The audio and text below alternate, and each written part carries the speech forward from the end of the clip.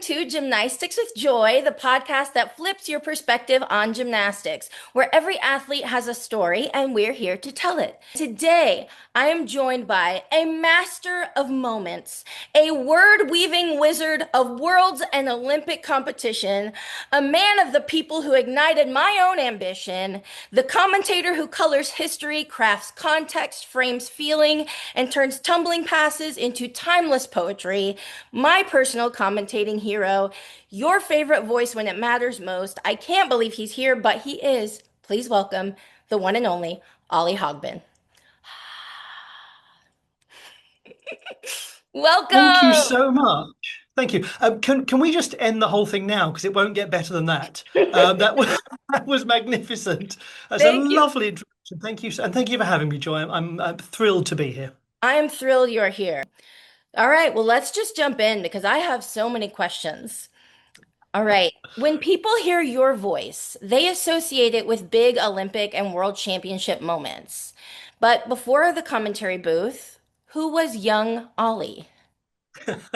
Um, well, first and foremost, a child who made cassette tapes commentating on sporting events that never happened or presenting sporting events that never happened. In fact, I've actually got one of them. I've got one of them right here. Still Oh got my, them. I don't know how many people out there remember cassette tapes. I do. This is called. There you go. Excellent. This is called Guts and Glory: the story of the England boys' qualification for the European Championships in Spain. Never happened, of course. It's totally made up, and it was recorded with my oldest friend Mike. We've Shout got out to all of Mike. the yeah, shout out to Mike, who's a big part of my commentary journey, actually, and an amazing guy as well, somebody I look up to hugely.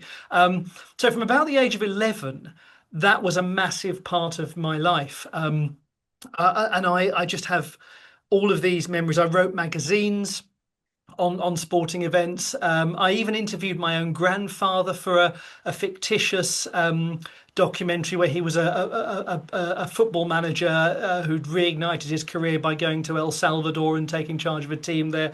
I gave him a briefing beforehand, and he just sat there and answered my questions for about an hour. So that was a big part of my childhood. I grew up in Dover on the south coast of England, right by the French coast. I left when I was 11 to live in Canterbury or near Canterbury. I went to school in Canterbury. I was somebody who at primary school was a performer. I was an actor, a musician, a writer. I lost all of my confidence when I went to secondary school, a secondary school that didn't understand pastoral care really at all. It took me a couple of years to get that confidence back. And in secondary school, I was actually fairly quiet. I was one of those people who had that sort of classic primary to secondary school dip. I went from a small, nurturing school to a secondary school where I basically disappeared. But I lived this funny double life, Joy, where outside of school, I was studying performing arts at the weekend. I was playing football in a team with my father. I was playing the piano. But I do have this vivid memory of a school trip on the way back from France when I was at the end of my second year. And my friends were all playing a football arcade game, and I stood next to the arcade machine on the ferry, commentating all of the games as they were playing them. And suddenly I had this identity as a performer. The identity I'd had at primary school, it was suddenly back. Mm. Um, and actually, what I first developed notoriety for in my teenage years, when I developed a presence at my secondary school, was impersonations, an ability to mimic people, which is a skill I still have to this day. I just keep it very quiet now, I but love that. but it's something. It was a way, I suppose, a way to rediscover who I'd been as a very young child. And I think, like a lot of adult extroverts, and I am now very extroverted, my starting point was being very shy Mm. and learning extroversion as a child. And I discovered I could make people laugh, and that made me feel confident. And that probably gives a bit of context to my reputation for appalling kind of dad jokes and puns on air, because I think at the heart of it is still that person who gets confidence from knowing they can make people laugh and who finds laughter a very becalming thing. So I think to try to sort of wrap up the answer to that very interesting first question. For much of my childhood, I felt like I was around people who didn't really understand me. Mm. I enjoyed the company of adults a lot more than the company of children. But I can tell you exactly when it was I felt I was around my kind of people, as the young Ollie, as you say. I decided to go and volunteer overseas for a year when I was 18. I felt I wasn't tough enough, that I needed to learn a bit of backbone, I suppose. And I spent a year in rural Japan as a hospital volunteer and as a volunteer English teacher. Wow. And rural Japan shaped a lot of who I am today. A lot of my feelings about community and society. Mm. The training took place on a very remote Scottish island called the Isle of Coll. And I remember arriving there a couple of weeks before my 18th birthday and sitting on the ferry with a dozen other people from all over the UK and thinking, so this is where you've all been this whole time. This is where all of these people who felt like my people were. So yes, I suppose that in a nutshell is who the young Ollie was. I absolutely love hearing all of that. I relate to a lot of it. Do you? I do, yes. Well, I make my own commentating videos for, my Instagram just for fun. And that's kind of how Gymnastics with Joy started was I knew I wanted to be my dream is to be an Olympic and world commentator one day. And um Good. I was like, I can just do it for fun. Why not? And so I would grab routines offline and I would commentate them and talk through them. And I love talking about skills and all of it. Everything that commentating encompasses, I really adore. I love storytelling. I love all of that. And so I didn't have a cassette tape, but I do have my little videos of myself commentating fun routines. And so I can relate to that. I can also relate to um, feeling like maybe you don't have your people at a young age, and also relating to adults more. I come from a family where my sister is 12 years older than me and my brother is almost 10 years older than me. So I was around adults way more, well, not way more, but I was around adults very often. And so I grew up comfortable around adults, and I also love to entertain the adults. Yes, there we go. Now that's something we've certainly got in common. Yes. Yeah, yeah. I loved to entertain the adults, and it seemed like the kids, my friends, my peers, they didn't really care about they didn't really care about my entertainment as much, but the adults they thought I was funny, and so I liked that. Do you know my maternal grandfather was a wonderful role model for this. He believed really strongly in the value of a child's voice. Mm, When my mother was a young girl, her grandmother, so his mother, said to her once, "Little girls should be seen and not heard." Very mm, common sentiment of that time. One doesn't blame the grandmother because it's the world she grew up in, but he turned round and very pointedly said to his own mother in front of his daughter, "If you speak to my daughter like that again, you'll never see her again." love. He was, yes, he was somebody, and he was, for me, one of my role models as a feminist, Mm, somebody who was unashamedly a feminist at a time when a lot of men were ashamed to style themselves as feminists, and I think every man should style themselves as a feminist. Um, absolutely. and so I grew up in a world where, as a child, I was encouraged by adults to have a voice and to have that voice challenged, to Mm, be to argue, to debate, to listen and to learn, but also to be able to impart wisdom to mhm. adults. I think it's a very powerful thing for a child to feel that they can teach adults something. Yeah, absolutely. And I was a very curious child, so maybe that's where this podcast stems from because I was the kid in school who asked all the questions. Mm. I would annoy my peers because I was constantly asking my teacher questions about what we were learning or about herself or themselves. Like I was very curious. I asked a lot of questions as a kid. And so my mom and I were talking the other day, and it's I'm turning that curiosity and the love of asking questions into something that I will hopefully make a living doing, you know? So it And worked out. curiosity is at the heart of journalism. You Exactly. know, Yeah. journalists must always be curious. Yeah, Yeah. fascinating. So I'm curious about this because what was your first memory of watching women's artistic gymnastics? Easy one.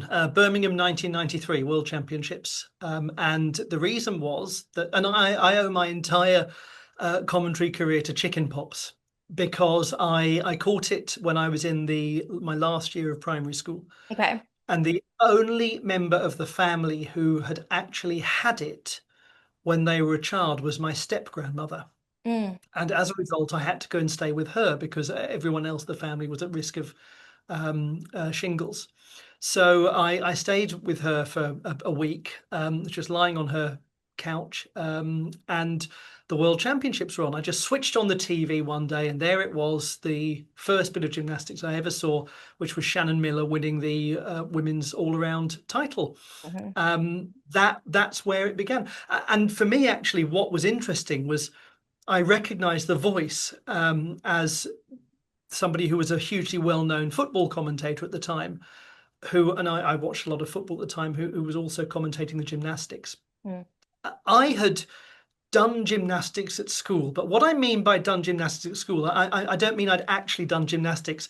I mean that I'd had a very well-intentioned PE teacher sort of trying to teach me how to walk along a bench and to do a forward roll in mhm. the way that people do their best to when they're not specialists in gymnastics. So I Right. didn't know that's what gymnastics actually was. Mhm, I didn't know that thing that involved people going like that in the air first. I didn't know it existed. mhm. I saw it, I was captivated, and that was it. I just devoured the championships and became an avid gymnastics fan from then. And then Atlanta '96, of course, Yeah. came along, and the Magnificent Seven, and I remember watching every moment of that as well. Yeah. So Shannon Miller was a big part of your, beginning of your love for gymnastics. Absolutely. Absolutely, absolutely. Shannon Miller is my all-time favorite gymnast. And Mm, the reason she's my all-time favorite gymnast is because she won the first gymnastics competition I watched. hmm. That's no insult to Shannon Miller. She is, of course, one of the all-time greats Oh yeah. and deserves her place. But you know how the first person that you see winning a competition always occupies a special place in your heart because they're the kind of defining gymnast for you. And I remember I was devastated in Atlanta in Mm, the all-around competition. yeah. I was crushed. I was Mm, crushed yeah. um, because Shannon Miller is where I was first invested on this journey. Right. Yeah. Yeah, I relate because my first competition that I ever watched was Atlanta, 1996.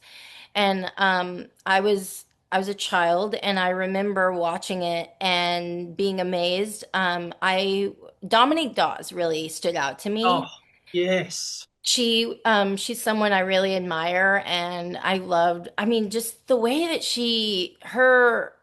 her essence and the way that she did gymnastics, I really just was drawn to it. And I also loved when she would do her passes just back and forth, you know? Those were unreal. I couldn't wrap my head around that. But Atlanta was where I first watched gymnastics and I was hooked. I've been hooked ever since. So I can relate to that. Absolutely. Dominic Dawes, that Hindorf. Uh, Goodness me. amazing. Yeah, Amazing. incredible. Was sport always a part of your world, or did it arrive later? You said you played some when you were commentating early on, so it's always been there? Yeah, it wasn't right at the start of my childhood, but maybe Okay. from around the age of 9. Hmm. I am from the Italian '90 Football World Cup generation, soccer World Cup. I fell in love with football in the way that most English people fall in love with football, which is by watching the national team lose in heartbreaking fashion. That's what we really excelled at. But 1990 was a special one because we lost on a penalty shootout in the semi-final, and that's the Oh. first time that sport made me cry. And I've always said that um, you you like sports when your team wins, Mm. and you love sport when your team loses, Hmm. because it's actually it's that pain of loss that shows you how much you actually care. Hmm. And I think it shocked me and certainly shocked my mum how much it turned out I really love football. So I'd always played football with my father, who'd been a really good footballer himself. He actually once scored the winning goal against Manchester United in an FA Youth Cup match Oh, when he was playing for Leyton Orient, yes, which he actually bounced off his knee, then his hand, and went in over the goal line. So it shouldn't have been allowed, but still the best moment of his sporting career. He amazing. played for the South of England schoolboys, and so we played yeah, we played football together. He taught me how to play football, but because I wasn't part of the football crowd at primary school, no one would let me play in the playground. So I did that classic thing of offering to go in goal, and I got, because nobody wants to go in goal, so Sure. and I got surprisingly good at playing in goal. I even had professional trials as a soccer goalkeeper. I was never close to being good enough to make it, probably to my great relief, because I would have.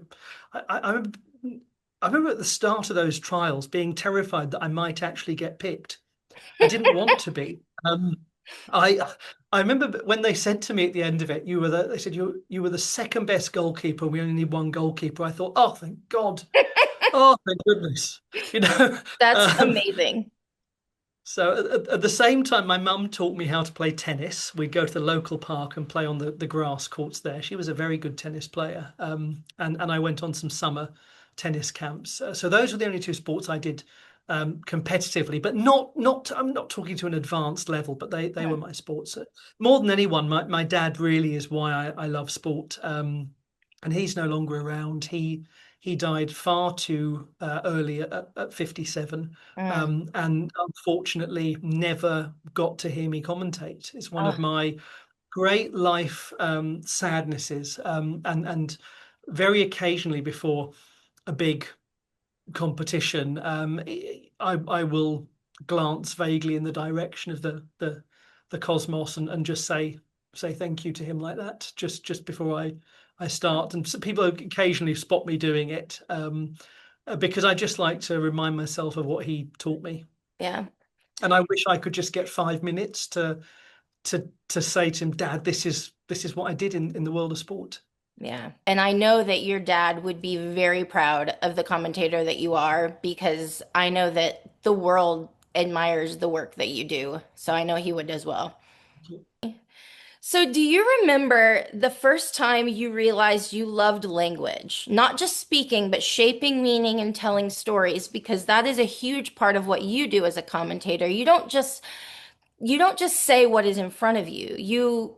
You craft narratives in a very beautiful way, and I think that's something that sets you apart. Well, firstly, thank you, Joy. That's a really lovely thing to hear. I actually do remember, and a lot of my early school memories of writing were about being constantly told off for having bad handwriting, which I still do.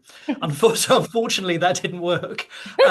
So writing wasn't a hugely fun activity in my first few years, but I had two phenomenal teachers in my last couple of years of primary school. My class four teacher was Mr. Howard, who was this charismatic and beloved teacher who also coached the football team. So around that time, I was getting good at football. I was also being taught by him on a daily basis. He encouraged not just the writing of stories, but the reading aloud of stories. Mm-hmm. And he was a massive part in my blossoming confidence, actually. A really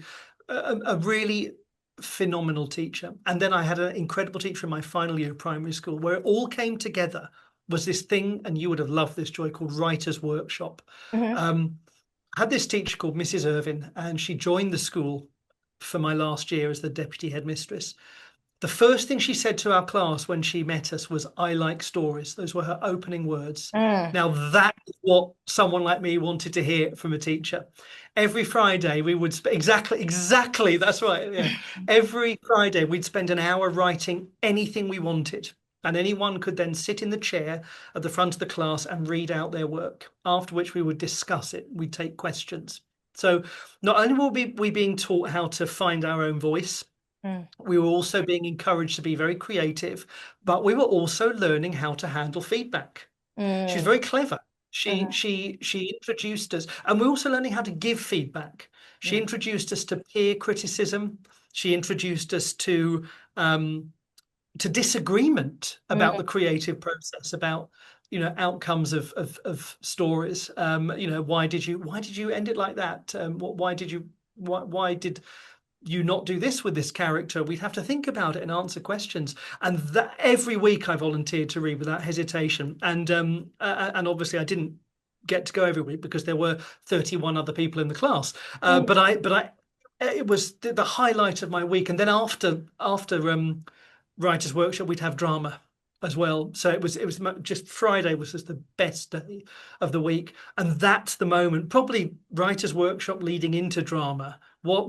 That's when I realized I loved, as you say, um not just writing, but speaking, shaping narrative. Yeah, Mm. brilliant. What a teacher. I know that you are you mentioned theater, and I know you were a Hmm. theater teacher at one point. Yes, correct. What Yeah, drew you to teaching?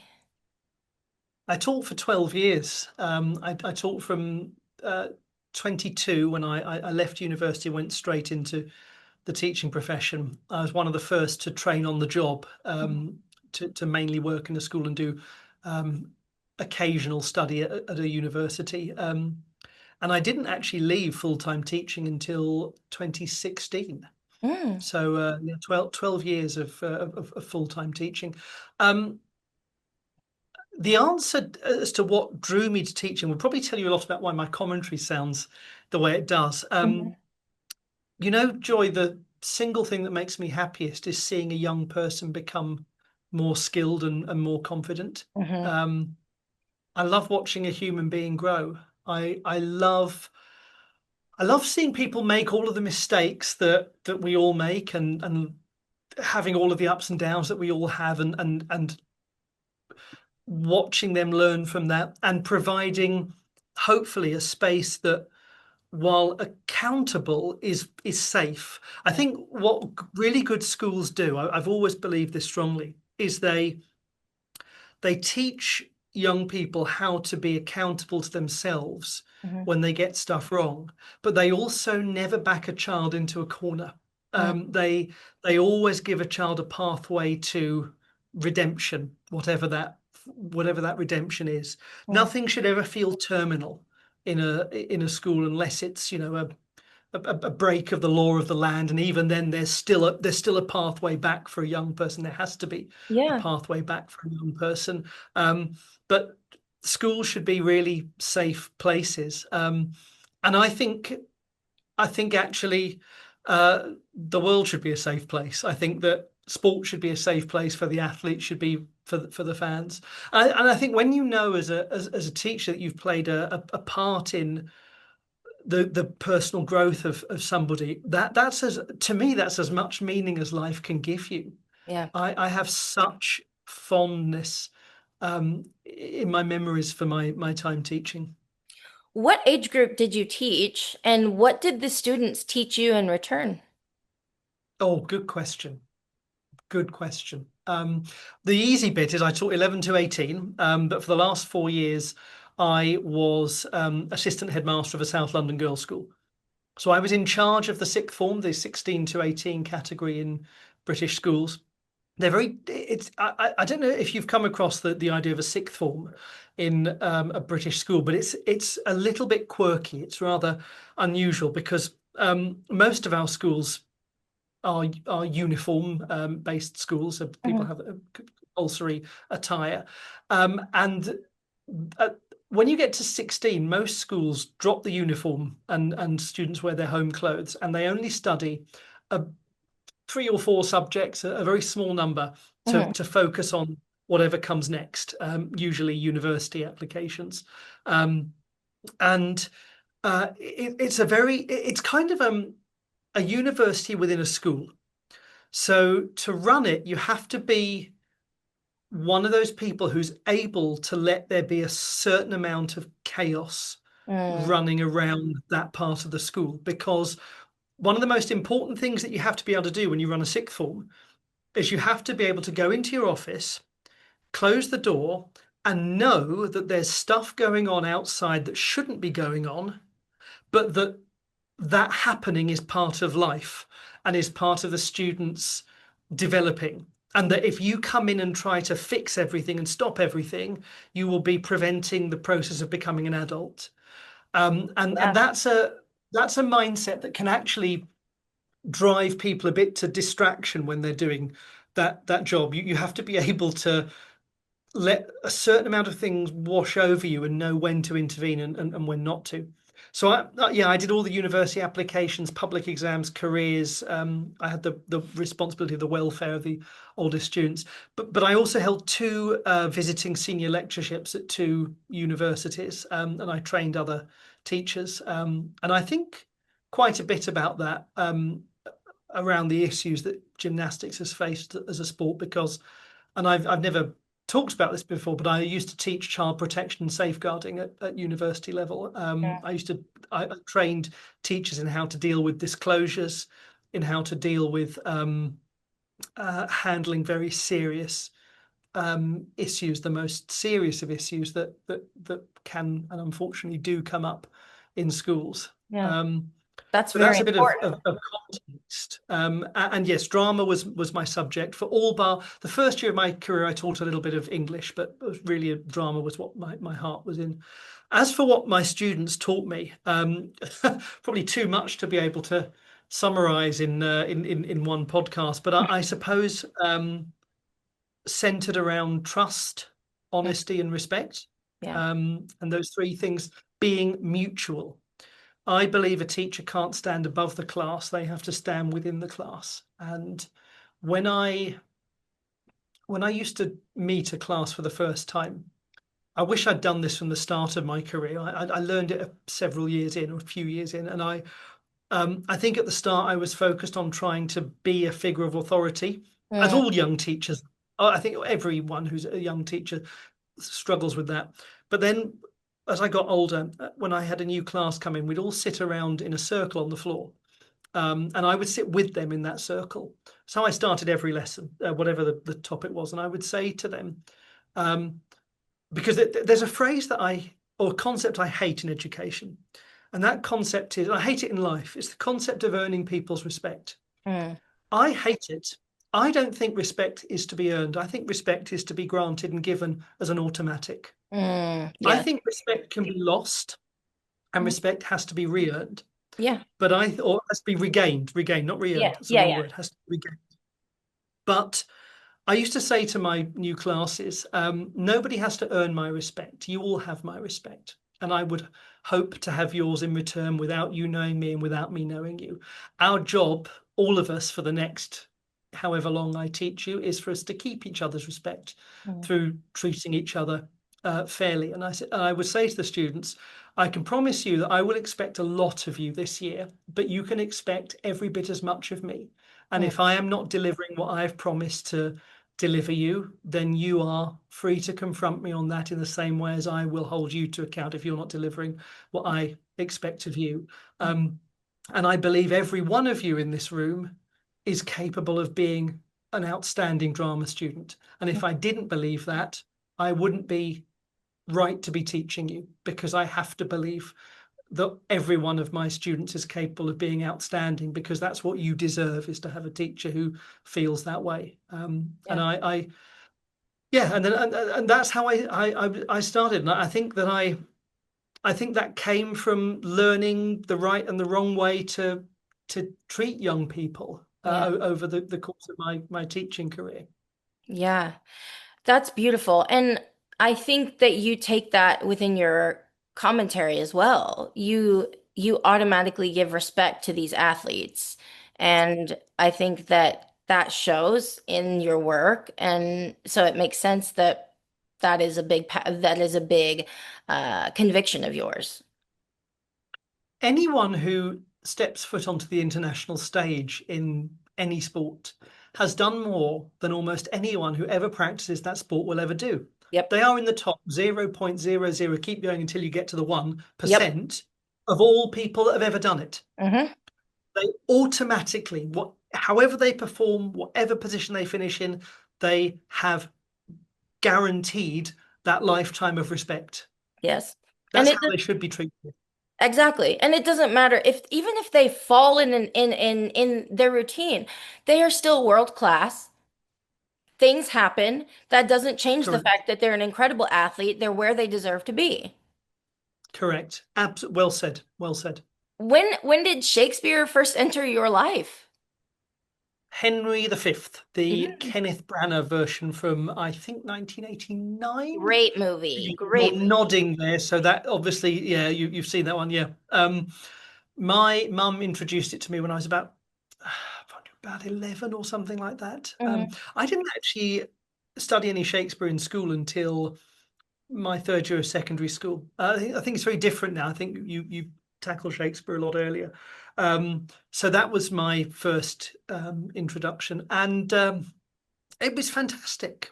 I Hmm. mean, I was an 11-year-old boy watching a Shakespeare film, and I thought it would be boring because that's what Shakespeare was, wasn't it? It was boring, but it was lots of people fighting and talking about fighting, and it was magnificent, absolutely magnificent. I was enthused right from the start. It was very fashionable. I don't know if this was the case in the US when you were studying. It was very fashionable to dislike Kenneth Branagh. Mm. To go to university and study English and theatre in the UK and to like Kenneth Branagh was something akin to social pariahdom. Really? We You, love Kenneth yeah, Branagh absolutely. in the US. Well, you have therefore avoided falling foul of pretentiousness Hmm. because it's ultimately a pretentiousness because he was too mainstream for a lot of people. Um, but my God, if there was ever a mainstream writer, it was Shakespeare, whose plays were performed in the heart of London's theatre community. So Yeah. let it's a bit like when people say to me, oh Shakespeare. We should do Shakespeare as it was originally done. Oh my gosh. And I, Yeah. but that's not how he did it. We've seen props lists for his plays. There was just a weird mixture of all kinds of costumes. You had people half dressed as Romans in Julius Caesar, then wearing Elizabethan dress at the same time. He just did whatever he fancied. Hmm. That's what and that's what theatre should be, a place for Yeah. experimentation. There's Um, no rules with Shakespeare. Correct. What is your favorite Shakespearean play? And who is your Macbeth, favorite character? Lady Macbeth. Me That was too. really easy. How can she not be? I know. But Macbeth is dark and horrible, but the characters are very human, complex people who do dark and horrible things. But Yeah. you can understand Yeah. why they do dark and horrible things. Lady Macbeth, I've never known two people agree on why she makes the choices she does. I've never seen anyone play her the same way as anyone else has played her. I think she's a phenomenally exciting character, one of Mm. the hardest characters I think in all of theatre to Yeah. play. Um, yeah. Shakespeare wrote about pressure, about ambition, downfall, triumph. Do you see a correlation between that and elite sport? Yes. It's another very, very good question. His stories are normal human emotions taken to extremes, aren't they? Exactly as we were just touching on. Shakespeare's characters live in a world of heightened tension, high stakes. Yeah, Athletes live in a world of heightened tension and high stakes. absolutely. I used to hate Romeo and Juliet, and I don't anymore. I love Romeo and Juliet. Hmm. But the reason I've had a complicated relationship with it is I don't like productions of Romeo and Juliet that glamorize Mm, the story of the lovers hmm because it's not a beautiful, noble story about two people who love each other so much and take their lives. hmm It's a heartbreaking story about a world where there's so much war, there's so much violence that these two young people view life as such a fragile and meaningless thing that it can be taken away that easily. mm, And that they have no chance of succeeding in that world because it is a world of such brutal violence and conflict. Um, yeah. think about how many people Romeo has seen die by the time we get to the end of the play. Think Mm, about how normalized it is. mm, Um, and I think when productions get that right, they make a very profound point about society. yeah. Athletes live in a world of extreme high stakes. They live in a world where something can either go very, very, very right or it can go very, very, very wrong. And there's often not much in between. Yeah.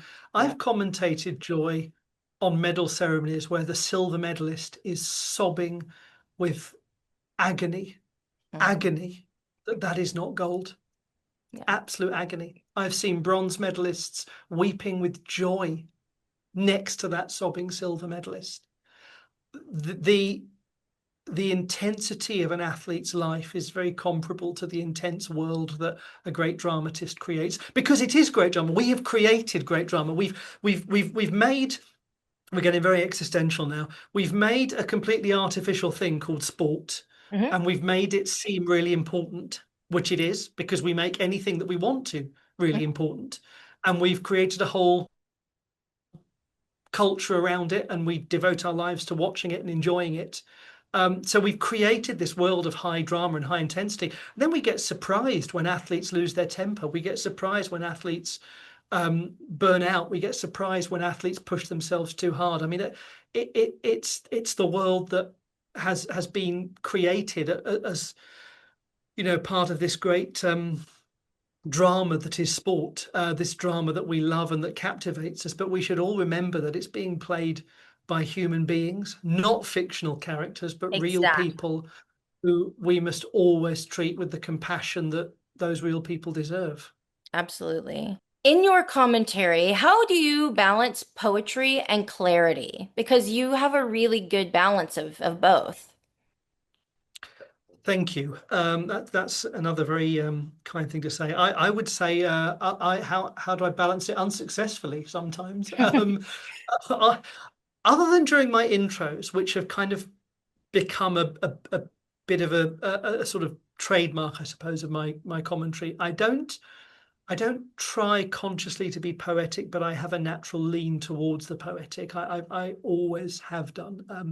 Can I I just love. say, sorry, I Yes, don't mean to yes. interrupt, but I do No, want no, to say please go ahead. your intros are something that really stand out, and my husband loves your intros. Oh, Every time we watch a meet that you're commentating, he's like, "Oh yeah, okay, we gotta watch the beginning," because Ollie's going to do his intros, and his favorite one was Alice and the Sky with Diamonds.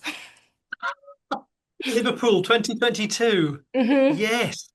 Oh, do you know what? That's a pun enthusiast's dream when you're doing something in the city of the Beatles. hmm Because of course everybody knows the Beatles. They're such a frame of reference for people. hmm So it was just there were just all of these songs to choose from. And yes, I can't remember exactly when I thought of Alice in the Sky with Diamonds, but I just remember thinking that's the one. That will definitely work. hmm I, my favorite one in there actually was the more obscure one because we just had Miata breaking hmm through, and I said the Ballad of John and Shoko, Oh, it was the more obscure Beatles songs. love it. But um, but no, thank you. Yeah, yeah. With those, and the problem is, I once I started doing them, people sort of expect me to do them now, and I like doing them, and I always try.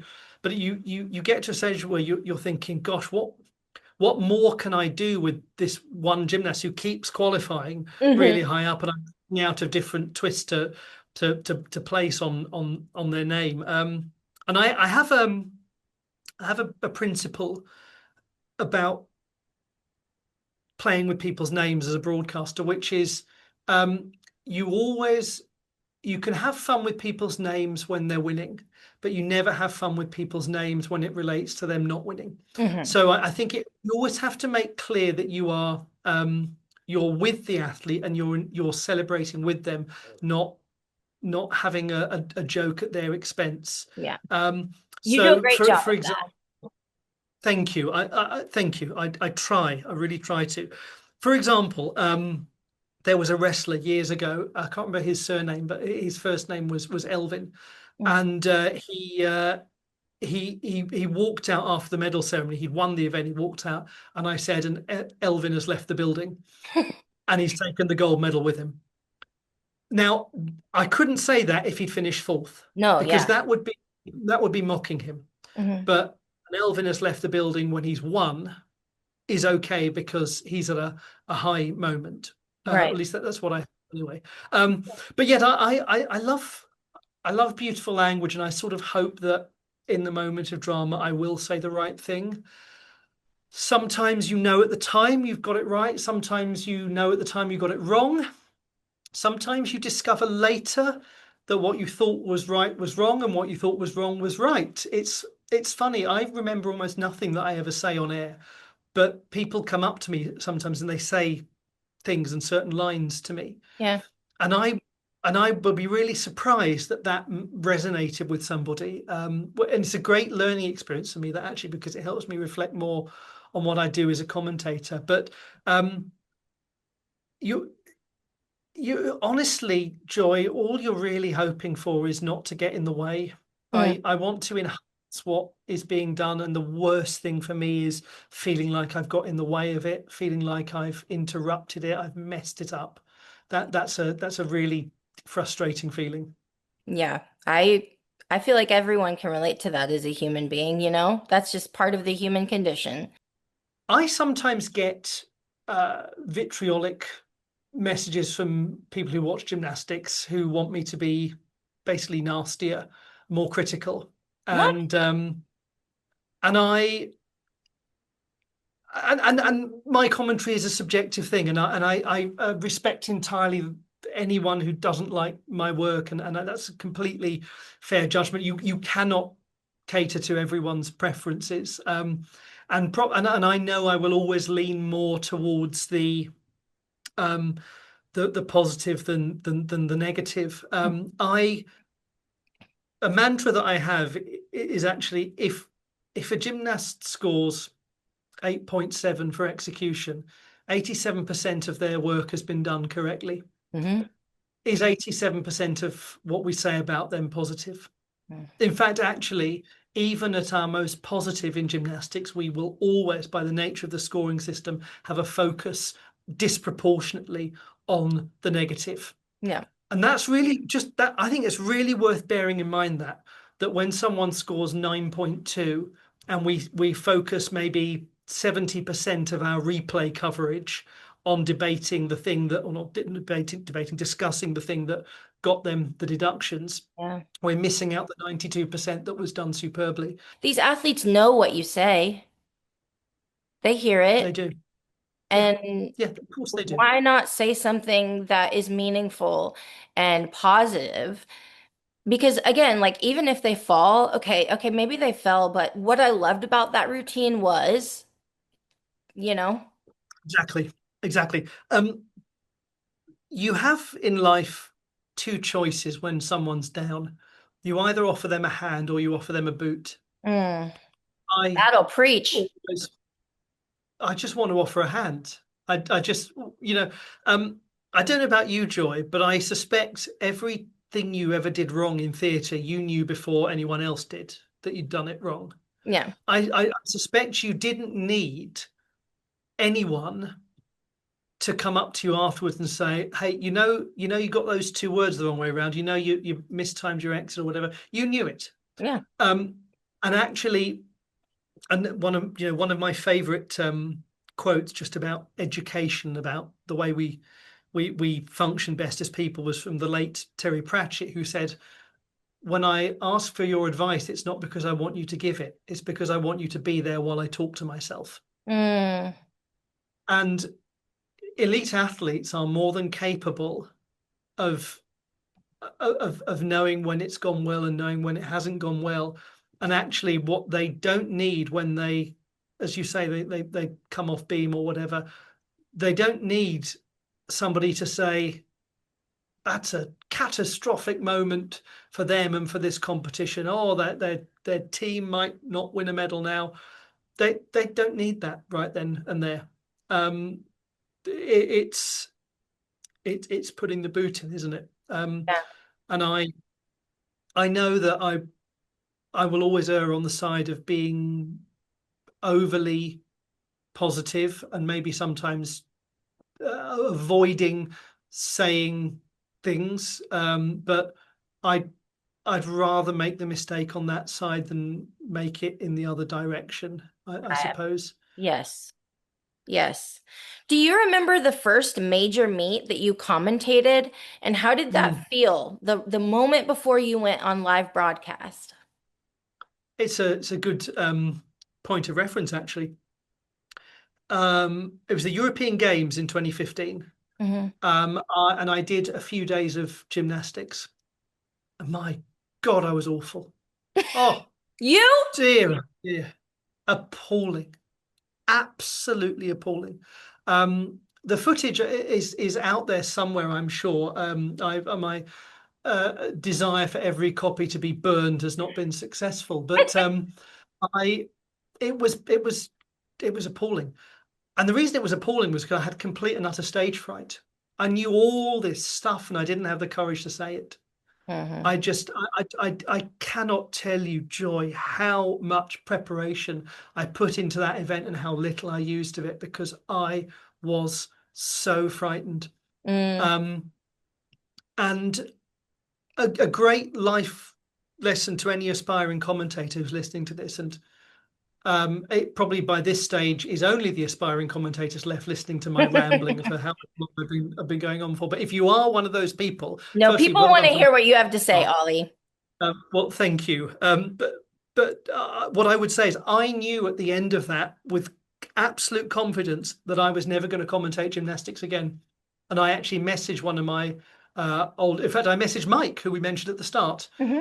Mike, by the way, took my first steps in commentary with me. We commentated together for a few years at the start of our broadcasting careers. He went in a different direction in life, but still speak most days. And yeah, I messaged him and I said, I blew it. I blew it. I will never commentate gymnastics again. That was my chance. I messed it up. I'm not good enough to do it.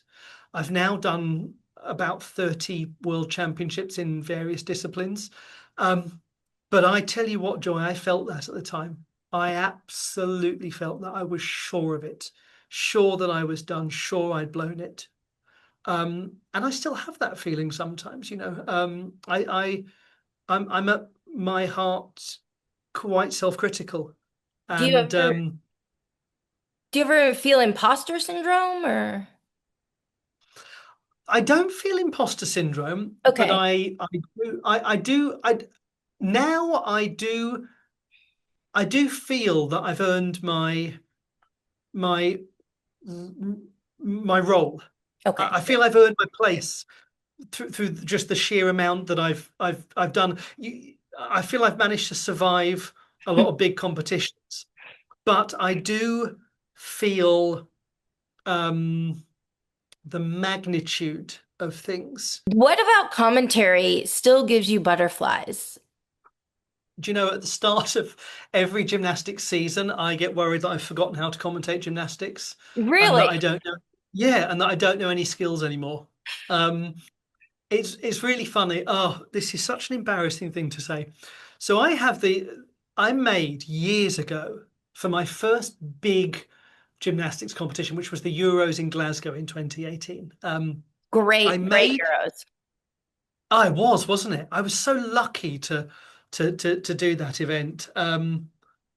I remember getting a phone call asking me to do it, and it was this lovely guy who I'd never spoken to before. He's one of the best TV producers I've ever worked with. But he very matter of fact guy. He said, "Ollie, hi, got your CV. I don't know how I got it. I don't know who gave it to me, but it's very good. Would you like to do the gymnastics at the European Championships?" That was the conversation, Amazing. and I was excited, but I was terrified because I was going to be doing it solo, and I made masses of notes, masses of them, and I had a one-page guide for each apparatus that I would flip around on the page. And those who've seen what my desk looks like when I'm commentating at like an all-around or a team final, there's paper everywhere. And trust me, it makes sense in my head. I know it looks like chaos, but it does make sense to me. Organized So I chaos. made, yes, exactly, exactly. That's right. Method to the madness. I had all of these skill moves I'd learned. Mhm. I went through, and whoever these people are out there, I know a lot of them now because I've met them in the world of gymnastics, but they putting together videos on all the Shaposhnikova variations. I sat there. I thank you for your service because I sat there and I swear I watched and I learned them all and I would recite them. I'd put my hand over the corner of the screen so I couldn't see the skill word and I'd call it and then I'd check that I got it right and I'd do it for hours and hours and hours. And I made these notes. And every so often, I reprint one of those pages because I think maybe I've forgotten everything. And I put it next to me and I never look at it once during the entire broadcast. But I have it there as a sort of it's my Safety it's net. my yes, it's my I was gonna say, it's whatever the gymnastics preparation version of the emotional support animal is. That is what it is for me. It's Mhm. next to me, and psychologically, it helped me for it to be there, even though I never look at it once. Yeah, that's incredible. But yeah, but after every season, I think I can't. I might have forgotten everything. I mean, I feel like, at the beginning of every gymnastics season, everybody's trying to get on the same page. The judges, the athletes, Yeah. the commentators, everybody's shaking the dust off and the rust off. Completely. And then you have there's again this is a place to be honest. There's a Mhm. moment that happens at the start of every season to me when I'm commentating the first World Cup competition. I've done all my prep. I've updated the code of points. I've had conversations with all the various learned people that I call upon when I need counsel on Mhm. gymnastics, and I'll have a note somewhere that says, remember to check, I don't know, the new deduction for such and such a thing. And the broadcast will begin, and I'll see this note I've written to myself, remember to check this, and I won't have checked it. Oh, And I'll be in the start of the broadcast and I'll think, okay, there needs to be some way that I'm gonna have to find this out, switch the microphone off, send a WhatsApp message to somebody, try and get the answer to it. Because when a new code of points comes in or there are changes like that, you invariably you discover as you go. You mm, are you're constantly learning stuff and updating notes as you go through the process. Or I'll learn something, handwrite it, throw away in the recycling bin the piece of paper as I'm leaving the booth, and then remember 2 weeks later that I didn't write that thing down that I learned the last time. mm. This is what we all do as commentators. Yeah, I love hearing this. Because you're human beings, you're not Yes. perfect. No. Is it harder to commentate dominance or unpredictability? So again, I'm going to give you a rubbish answer that I'm sitting on the fence a lot here. That's They fine. both have challenges. They Mhm. both have challenges. In the that wonderful Netflix series on Simone Biles that I was so honored to be invited to contribute to, I said that a challenge when commentating Simone Biles is you run out of things to say, Mhm. and you do you Simone Biles really challenges one's command of the English language because you because there are limits. There are no limits to how many different ways she can win gold, but there are limits to how many different ways I can say she's won it. Mhm. Actually, that's really I have moments where I think I'm doing a disservice Mm, to these legendary athletes, where I think I you've won yet another really special honor, mhm, and I feel I'm saying something that, with the best will in the world, I've said before, and I get really cross uh, mm, with myself about that. However, one of the things that isn't challenging about dominance is that you can read the lay of the land. You can read the competition mm, quite easily. It, in recent years, when the US women's team has been in a team final, you can have a pretty decent handle on the sort of lead they might have after vault. mhm, You can then channel and trace that lead throughout the competition, and you can be quite clear on the numbers required going into the final rotation. Now, unpredictability has a different challenge. The thing that's easy about unpredictability is that you're the words almost form themselves, mhm. You're very in the because moment you're with going, it. yeah, yes, that's exactly right. You are very in the moment with it, and you're watching it going like that. And for those just listening to it, that was me doing an eyes wide, aghast expression, um, which sometimes happens to me when I commentate. I'm utterly aghast at things, um, and and then the challenge is you've got to really have a clear grasp on the numbers. Mhm, Um, a massive part of being a gymnastics commentator is being a statistician. mhm, And one thing I want to, because I get asked about this a lot, what I'd love to say is that I don't have anyone feeding me numbers, and I've got nobody doing calculations for me. So everything is just me with my phone tapping away at the screen, working things out as I go. And this is where, when you work with someone who's as incredible as Blythe Lawrence is, mhm, um, she and I have a signal for when I cannot watch a routine because I need to do calculations. mm. And this will work for everybody who's watching the video version of this. But the signal is this, Nice. uh, which is a frantic me pointing to my own eyes, pointing to her, and pointing to the screen.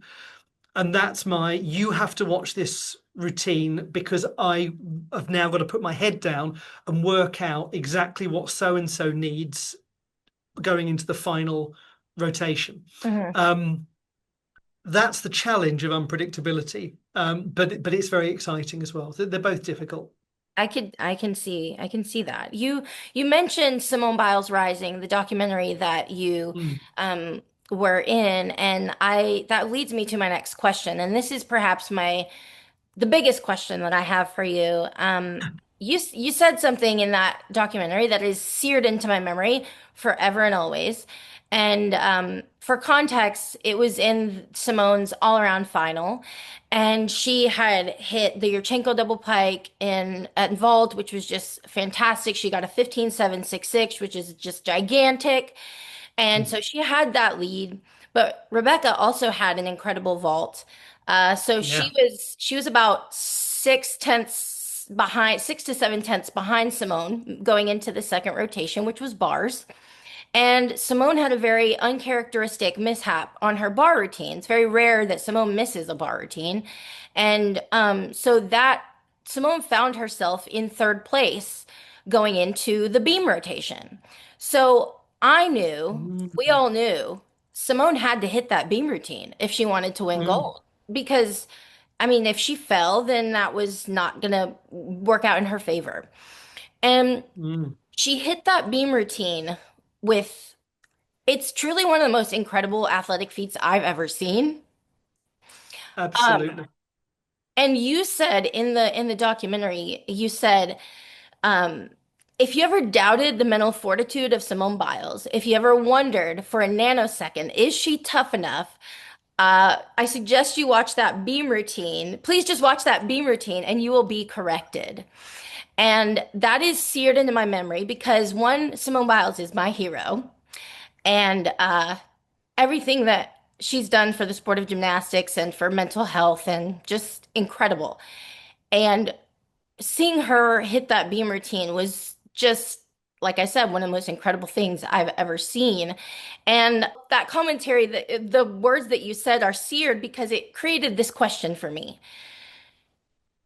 As the person who's been tasked with narrating for the world what's happening right in front of you, I have to imagine that there are two Ollies in that moment. One, the analyst who knows it is his job to absorb, watch and absorb what's happening in front of him and describe to the watching world through words.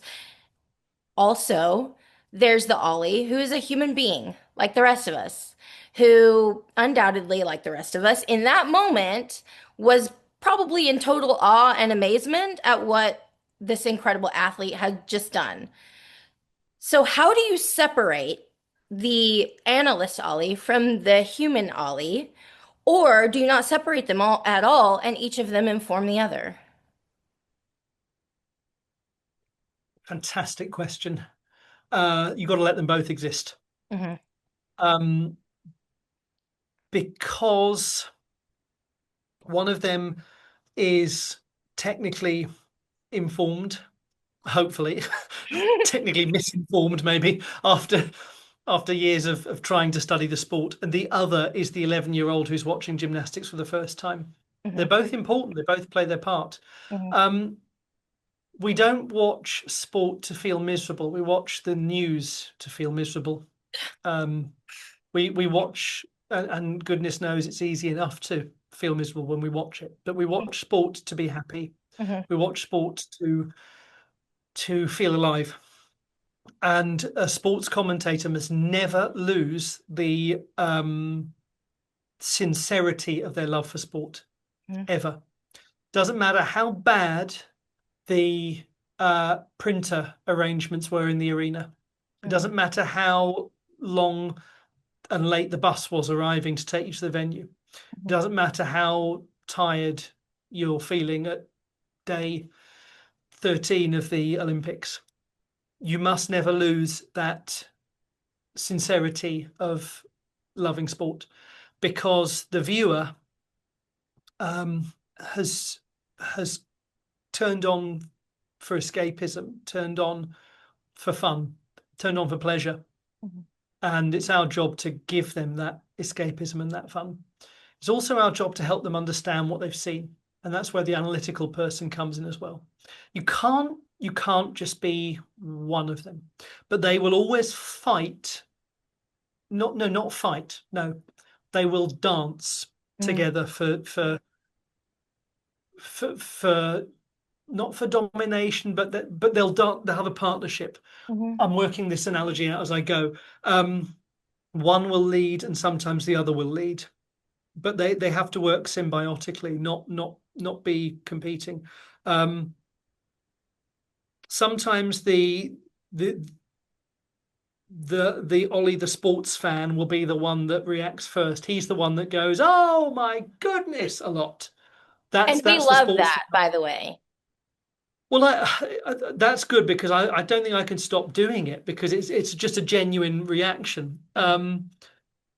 But then the analytical one goes, right, now explain it to people. Now give them clarity. Or if it's not me in the co-commentator role, ask the right question that brings that response out of the expert. Because, and this goes back to my teaching days again. Hmm. We're going full circle. Love it. One of your jobs as a teacher is to reach everyone in the room, regardless of their prior knowledge, regardless of their current level of performance. When we commentate gymnastics, there are people watching who know the routines way better than we do. There are people that don't know who this person is, and there are people that are in between, every stage of in between. They're all there on the spectrum. You can dot out which proportion of your audience is which. Mm. You've got to try and talk to all of them. Yeah. And the worst thing we can try and do as commentators is assume everyone knows nothing, or just find a middle ground, because Hmm. the middle ground doesn't necessarily exist. Hmm. So the analytical side of you helps talk to both the new fans who need to understand basics, and the hardcore fans who deserve respect. Um, when the Olympics comes along, sometimes the poor old hardcore fans who've watched everything for 4 years can feel jettisoned, as Mm, though suddenly the commentary is only very basic. mm, And actually, we have to honor those people who turn up at 4 o'clock in the morning watching the World Cup competitions and watching the junior national championships, and who know all these athletes and who watch them come through. They, as fans, must be treated with respect in mhm, the big competitions. And we should go into the really microscopic detail, because that's how we all learn. mm, And I'm a great fan of the original BBC values of educate, entertain, and inform. mm, Educate, entertain, inform. That's my mental equilateral triangle whenever I commentate. There's a difference between inform and educate. mhm, Informing is telling people what's going on, educating them is telling them something new, and entertainment. And they're the same values you have as a teacher. mhm. Um, just the only difference is that um, in teaching, your class can't walk out. In TV, you're always trying to make sure they don't. In TV, they Yeah, have the opportunity to leave the room mentally very, very quickly and easily.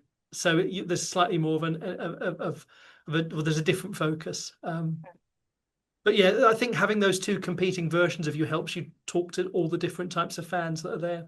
absolutely. Yeah, I was so curious about that because as someone who wants to become a commentator, I feel like that would be important to not Mm, lose my sports nerd self. That absolutely. is obsessed with amazing athletic feats. Um, so that's great to hear. The challenge for all of us as commentators is to find a way of expressing that isn't clumsy, Right. because sometimes, and there's no you again gymnastics is a very subjective thing in terms of what people like and what they don't. A gymnast can be phenomenal and you just might not enjoy their gymnastics as a fan. Hmm. um Not big, and it doesn't mean you think they're not brilliant. You just might not like them stylistically. You might not enjoy their choice of music or whatever it is. Um, and that's a perfectly legitimate response to have as a fan. Is also a perfectly legitimate response to really not like my commentary. And I would never I'd never denigrate anyone who felt that way. What to me is a very earnest and sincere emotional reaction, somebody else might think that's way over the top, and other people, someone else sitting next to them, will think, well, that's so boring. He's not showing any emotion at all. We've all got our own expectations for how a broadcaster should behave, and all we can do as broadcasters is try to be honest in our own reactions to things. Try to give a sincere response. You can't please everybody. No, no, you can't, and that's something you've got to get used to as a commentator. That's definitely something that is a learning process, But I because think you want everyone to be happy. yes. But I think too, like just being authentically yourself is what will make people like you. And of course, there will always be people who don't care for your commentary or whatever it may be, but being authentically you, which you have done your entire career, is what connects with people. It took me a while to work out what my voice sounded like. And I just at this moment, there's a really important gentleman I want to say a thank you to, and he died recently. He was unwell. He was a very senior producer at the Olympics. His name was Mark Lachlan, and he was an amazing guy. In 2018, this was a few months before the Glasgow European Championships. Mhm. I'd finished the Winter Olympics, my first Winter Olympics in Pyeongchang, and Mark came up to me and he said, he said, you did well here, but you need to trust yourself more. You need to believe. You need to believe that you've got the ability to find the right word. Mm, He said you have a gift with language that most commentators don't have. You now have to not hold back, and you have to actually trust yourself. Yeah. If anyone wants to see the impact he had, listen to my work from 2017, or indeed from the 2018 Winter Olympics, and listen to my work from Glasgow 2018 onwards. I'm a Mm, different broadcaster. mhm. He told me what I needed to hear. I didn't know I needed to hear it, but he knew, and he Yeah. told me it. And when he retired from his role with Olympic Broadcasting Services, and this was in Paris, I told him about that conversation, the impact it had had on me, and he was quite moved by it actually, and said something very nice to me about my work. But he played a transformative role, Joy, in helping me discover what I sounded like. Mm. Mark Lachlan, an amazing, amazing guy, and very, very. I miss him a great deal. That brings me to my next question because I mentioned that you are my commentating hero. Thank you. And yes, it's true. And the way you interweave gym knowledge with the art of language and while remaining kind, that inspires me greatly. And of course, like I hope to blaze my own path and use my own voice, but you still inspire me in so many ways. And I've learned so much just from I watch a lot of gym, like just because I'm a gym nerd and I just like to watch gymnastics. But I also watch a lot of gym to listen to the commentary, and and I take inspiration from the commentary. And you are someone who I've taken a lot of inspiration from. So I'm just curious, did you have any commentating heroes growing up? And if so, who were they? Barry Davis, the BBC's lead commentator for gymnastics from 1988 through to uh, Athens, I think yeah, 2004 was, I think, his last one. Yeah, Barry. I mean, yeah, he also was a great football commentator and a great tennis commentator. He was also the BBC's figure skating commentator as well. So if you think about the sports that I am best known for, gymnastics, football, and racket sports, and the Winter Olympics, I do figure skating. You know, I've really I've managed to follow the path that he took in so many ways. Barry was unashamedly intellectual in the way he used language. He beautiful choice of language.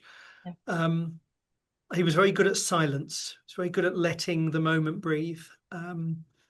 He actually was somebody who could produce a wonderful poetic line, but he could also just make noise when a great goal went in. Sometimes you do just need to make a bit of noise. Sometimes Mhm. that's enough.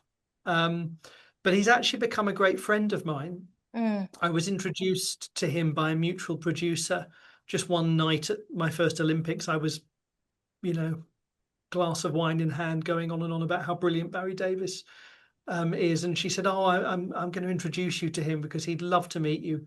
And they say, don't they, be cautious about meeting one's heroes, but Barry is a lovely man, and you know he's yeah, he's been somebody it's been an honor now to call a friend as well as a hero. yeah. Was there a moment when you realized you have become a reference point for others? I still struggle to realize it now, honestly. I'm when someone says to me what you just said, Joy, I'm so I go a bit quiet and I can't quite believe it, to be honest. Somebody recently wrote to me to say that I'd inspired them to go back to university to study broadcasting because they like my work so much. You know, I was sort of joking that I could understand it if they'd studied it because they thought this man hasn't got a clue. I want to learn how to do it properly. Um, but no, I've had people tell me all sorts of things like that, and it's oh gosh, it's one of the greatest honors of my life, honestly. I just I I when I started commentating, I just wanted to make it to the next job. Hmm. And at some point I started really enjoying doing it, and I started just gaining confidence, and it was a curve. Hmm. But the thing that is clear to me is that that idea of being a reference point has happened since I became confident in myself, because then I started saying things that people remembered. Um and I think as well, I would say this, um gymnastics fans have become as much a reference point for me as I have for them, because I have learned so much from the community in the sport, and people telling me things about my commentary have helped me actually understand what my commentary is. Mm. I never consciously thought at the start, I'm going to go out there and be nice and positive. I just commentated the way I thought I should commentate. Hmm. And people reacted to it in such a strong way that I guess it became a conscious thing for me to go, okay, this has really resonated with people. Why has it resonated with people? And should I therefore be doing more of it? So actually getting that feedback from the community, and I find it a very nice community. I really do. That has helped me actually understand and develop my own way of working. Yeah. But no, I'm honoured. I really am, and I just thank you to everyone who says stuff like that and who writes to me, because I get a little bit um, happier every time I read one of those comments. And when you're working at a big event like a World Championships or an Olympics, you've no idea. You've no idea what it means to you on day 9 of the games, where you've just had 4 hours sleep, and you're not entirely sure where the arena is you're about to go to, but you know you've got to get this train, and you hope it's going to be the right place you turn up at, and you open up your phone when you get on the train. There's a little message from someone saying, my daughter um, loves listening to your commentary and she wants to be a commentator, and Mm. you just think, thank you. I'm now going to be fine for the rest of the day because of that. Yeah. Yeah, it means a huge amount. Okay, let's talk about you when the mic is off because I want to know what brings you joy.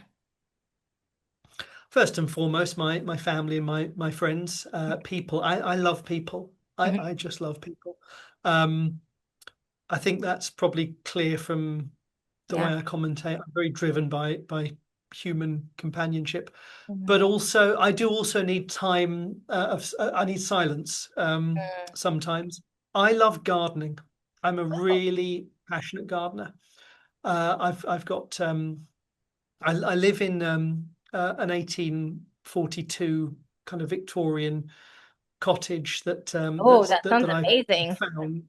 It's a fun place to live, yeah, and it's got one of those characteristically British um, meandering Victorian gardens that's a bit sort of wonky shaped, Mm. and I have a studio at the end of the garden that I've set up as my commentary space. Mhm. Um, I normally I would be talking to you from there, but instead you're in my dining room because it's raining so heavily at the moment in the UK, that there's too much noise in there for a good clean recording. But I have I've with my stepfather made a garden, and my mother was a professional gardener and taught me a lot about gardening. So that's a real thing for me. I love gardening. Makes me slow down, Mm. and that's really important because I can be mentally a bit too active Mm. sometimes. TV can be hard to unwind from, and actually one of the nicest things, you get home from commentating something, and it's 7 o'clock on a summer's evening, and you just go out and spend an hour and a half uh, watering your roses and deadheading things and pruning things and weeding, and it just slows you down, and that's lovely. And you see things growing, and I get really excited about like when my wisteria comes around in May. One of the hardest times of the year for me is if I get an overseas job in May and I Mm. miss my 3 weeks of wisteria flower. Oh, So yeah, and the summer I see so little of my garden in the summer because I'm overseas for events. well, I'm also I love traveling. mm. I'm a red wine enthusiast. I've often thought I'd love to be a sommelier in another life. I love What type of food red and wine is your favorite? you would be not surprised to discover that I'm an old school French wine enthusiast. My father, again, grew up in Dover, so my father would do his wine shopping in France. He'd just get on the ferry with his car and come back with his boot full. Um, I love Chateauneuf-du-Pape and I love Saint-Emilion. Yeah, those are my favorites, real classical French reds. I do love a good Italian Sangiovese as well. But yeah, I really have an enthusiasm for wine and food pairing, actually. I'm a big foodie as well. I don't drink wine, not because I don't enjoy it, but I just have some health issues and I'm on medications that I can't drink Yes, alcohol. understood. But I love food, big foodie. I relate to that in a huge way. What's your one cuisine if you had to only have one nation's cuisine for the rest of your life? What would you go for? Mexican food. Oh, that's an excellent answer. That really is. Mexican food is phenomenal, isn't It it? is. That would certainly be in my top tier of Hmm. nations. For me, it's Japanese. Yeah, I, Japanese is also I up there for me too. There we go. Yeah. Yeah, I love, so I'm from Texas, so I grew up on Mexican food. Gosh, yes, I'd love to experience the Mexican food culture in Texas. I've heard great things about it. It's fantastic. And then Japanese food, I'm a big sushi girl, love sushi. Yeah, Um, I, same. I want to go to Japan so, so badly. I've never been yet, but I will go one day. Um, When you do, I'll tell you where to eat. I will please give you do. a whole lot of dining tips. Please do. Yes, honestly, for me, Joy, it's one of the things I love most about my job is getting to eat in different countries. And actually, when I see where events are going to be, one of the first things that I think about is what am I going to eat when I'm there? Where are my dinners going to be? Yeah, that would be Get really exciting. excited by that. Yeah, That would be the exciting part. And then like treating yourself after a great meet, or a great commentary. You're yeah. like, okay, I'm gonna go eat some good food now. That's really important. It is. Yeah. Okay, what do you hope people feel when they hear your voice? I hope they feel welcome. Mm, Actually, I hope they feel safe in my company. we do. Um, thank you. I hope they know how grateful I am to be talking to them and to be doing the job. I hope people can tell that I actually like what I'm doing, that I really care about it, and that I'm sincere in my enthusiasm for the sport, for sport in general. But most of all, yeah, welcome. I I always say that time is the single most precious gift you can give somebody because it's the only thing you can never take back. Mhm. And I'm really grateful for the time of any TV viewer, anyone who chooses uh, to watch a sporting event and by extension tolerates my company for that event. I'm grateful to them because they're entrusting me with their free time, and I want to look after their free time and make sure they enjoy it. Well, we have arrived at the last questions. These are the questions that I ask every guest that comes on the podcast because I like to see how people are like, how people are different. And so let's jump into it. What is your favorite word? Are you a fan of Inside the Actors Studio by any chance? How did you know? because because that's the James Lipton Bernard Pivot Open in question, isn't It is it? correct. Wow. Yeah. Wow. You're the only Yeah. person who knows that. I used to devour inside the actor studio. Me too. Me too. My favorite word is love. Love that. We have a saying in our family, and the saying is love is a verb. Mm-hmm. Uh, we always remind ourselves that love is a thing that you do and a thing that you demonstrate. Absolutely. Yeah. Yeah, I love that. What is your least favorite word? Meddled. Meddled. Yeah, I'm one of those old-fashioned people who thinks that you win a medal and it doesn't need to be a verb. I Mm. don't I don't This doesn't mean I'm right, by the way. It's just my own personal preference, but Mhm. I don't like the phrase they meddled. Sounds like they're meddling in something. Exactly. Yes, yes, exactly. It sounds like they're getting involved in something they shouldn't be. No, they won a medal. It competes very strongly with three-peat, Mm. which is not a word that I enjoy a great deal. Not that again, I decry anyone who does like it because we must have variety Yeah, in how people commentate. I love that. Okay, what gym sound or noise do you love?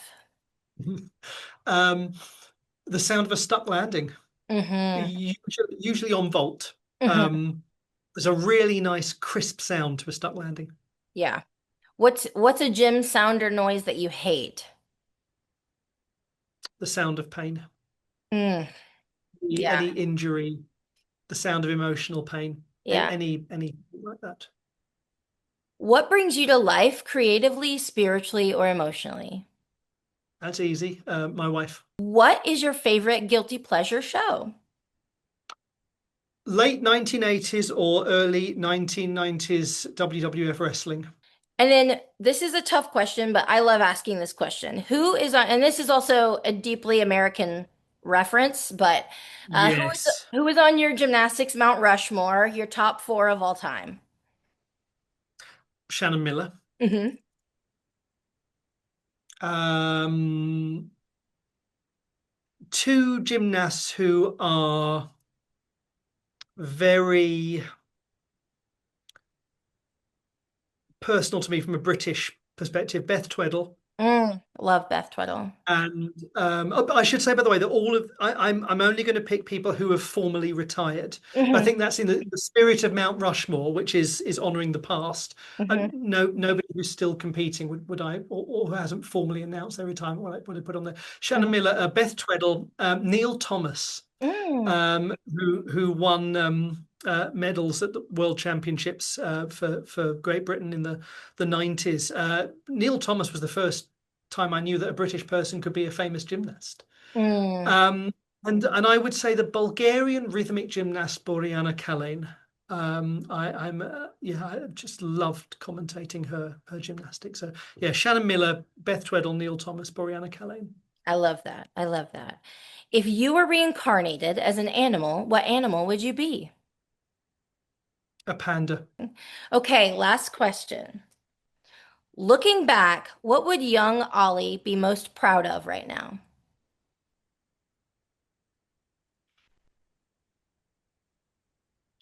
That he made a childhood fantasy come true, and that he's about to do his ninth Olympic Games, Wow.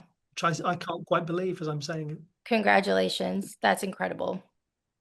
Thank you so much. Yes. All right. Well, you have a good night, and I can't wait to see you at the see you commentate the Winter Olympics. Thank you for having me, Joy. Mhm. Bye. Tumbling, tumbling away. Oh, we keep tumbling, tumbling. Oh.